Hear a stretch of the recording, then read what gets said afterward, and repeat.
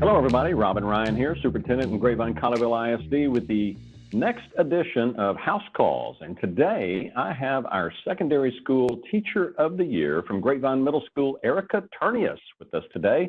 Erica, welcome to House Calls. Hi, Dr. Ryan. Thank you so much for having me. Hey, thanks for joining us today. So I'm really excited to hear about what you do every day at GMS. And so you've got two different classes that you teach. So talk to us about those two classes.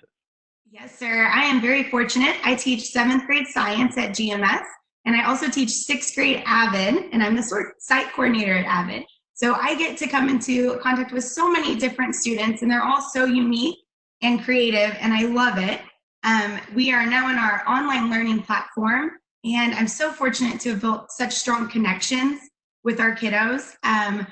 Aside from having WebEx that are live lessons, we do WebEx meetings where we have lunch together. So, just to continue building that and having those relationships with them where we can just talk to each other about how it's going. So do they compare what they're having for lunch, or is it, this is the first I've heard of that, lunch together over WebEx. So tell us about that. That sounds interesting. They absolutely love it. And some of them are chefs. I think I have a list of things I want to try whenever we go back to school, and they've all agreed to cook for me. And some of them like to make desserts for lunch, and I'm all about that. But ultimately, they just want to see each other, and they just want to know, we're sharing the same struggles.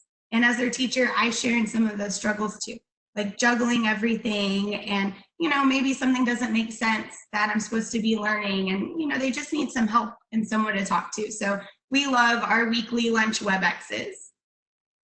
So there are some people in the world that think, oh my goodness, I'm 6th graders and 7th graders, how scary is that? And but middle school teachers love to teach 6th graders and 7th graders. So tell us about just on a normal day, if there's ever such a thing as a normal day, what does that look like, and how do you deal with what other people would think would be a pretty scary situation?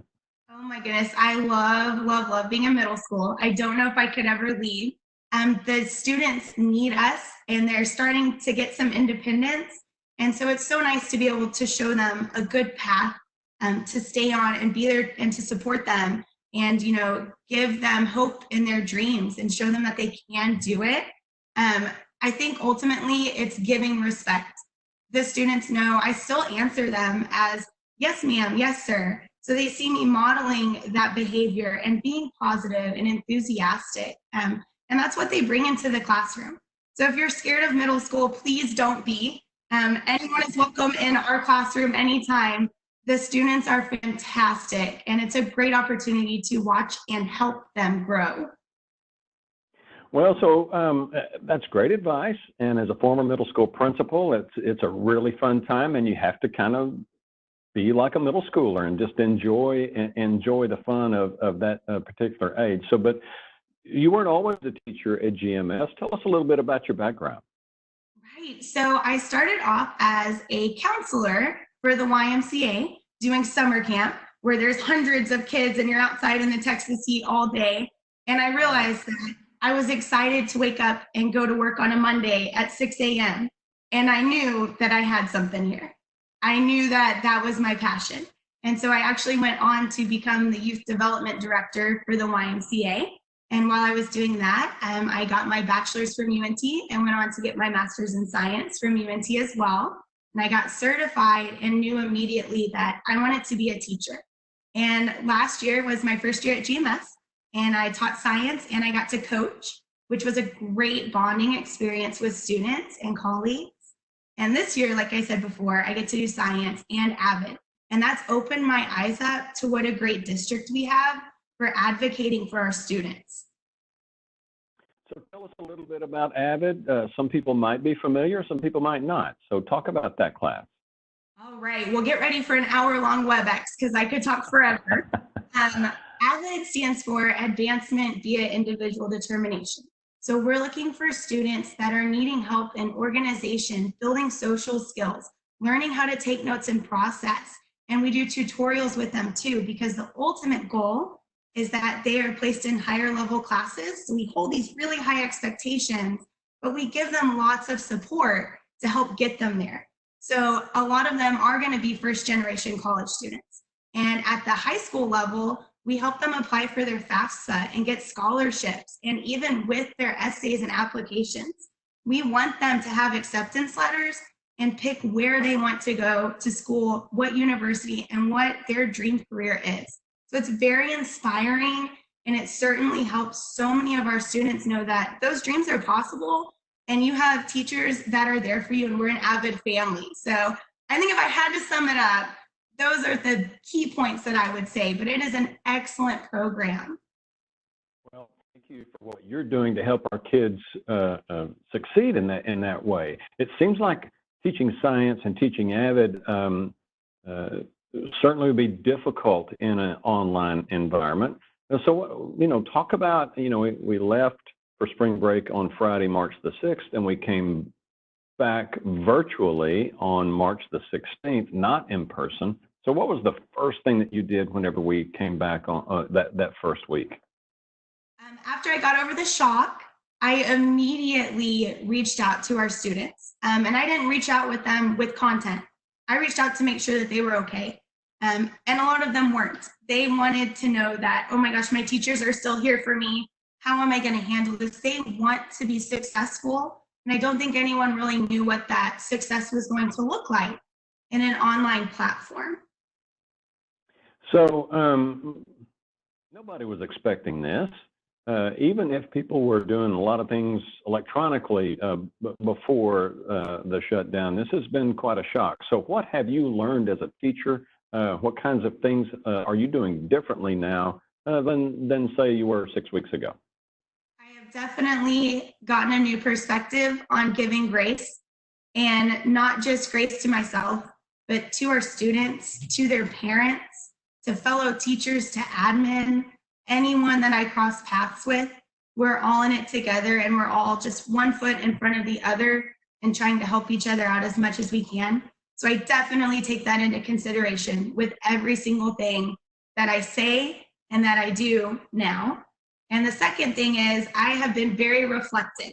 So, how are we going to get kids engaged when I can't do a science experiment online with them?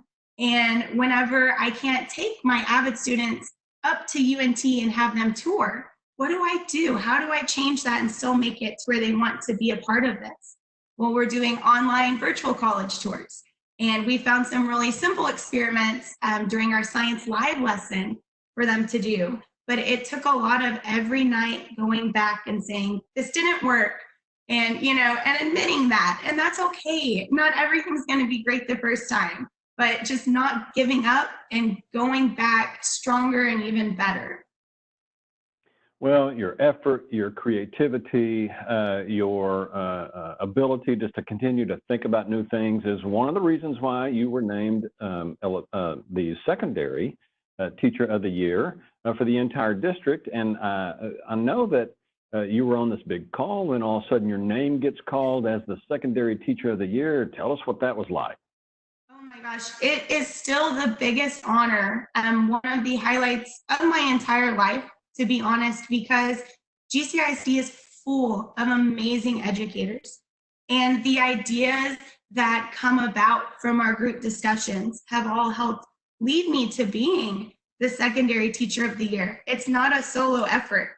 When you walk into GMS, the culture that we have, that's our team. That's our custodial staff, our nurse, our admin assistants, all of our colleagues, all of our paras. Mr. Isbell's playing music right when you walk through. And so to have such a high honor with all of the amazing staff that we have, it really means so much to me and to our campus because we did it together. So I am still just on cloud 9 from that and so appreciative of it and still in complete shock. So as the person who is the teacher of the year for all the secondary schools in GCISD, what advice do you have for other folks that are out there that might be listening to House Calls today? My advice is to build connections. Our students are so unique and talented and creative, and all we have to do is light that spark in them or find it.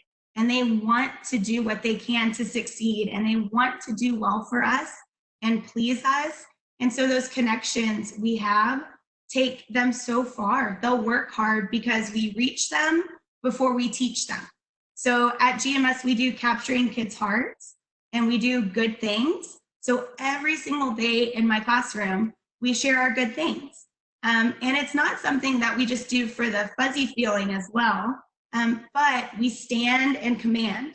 So our students learn to track their audience with their eyes, to use their speaking voice, and to share something that's positive with one another to build those relationships. I would tell other teachers, relationships will carry you so far, and they are so meaningful.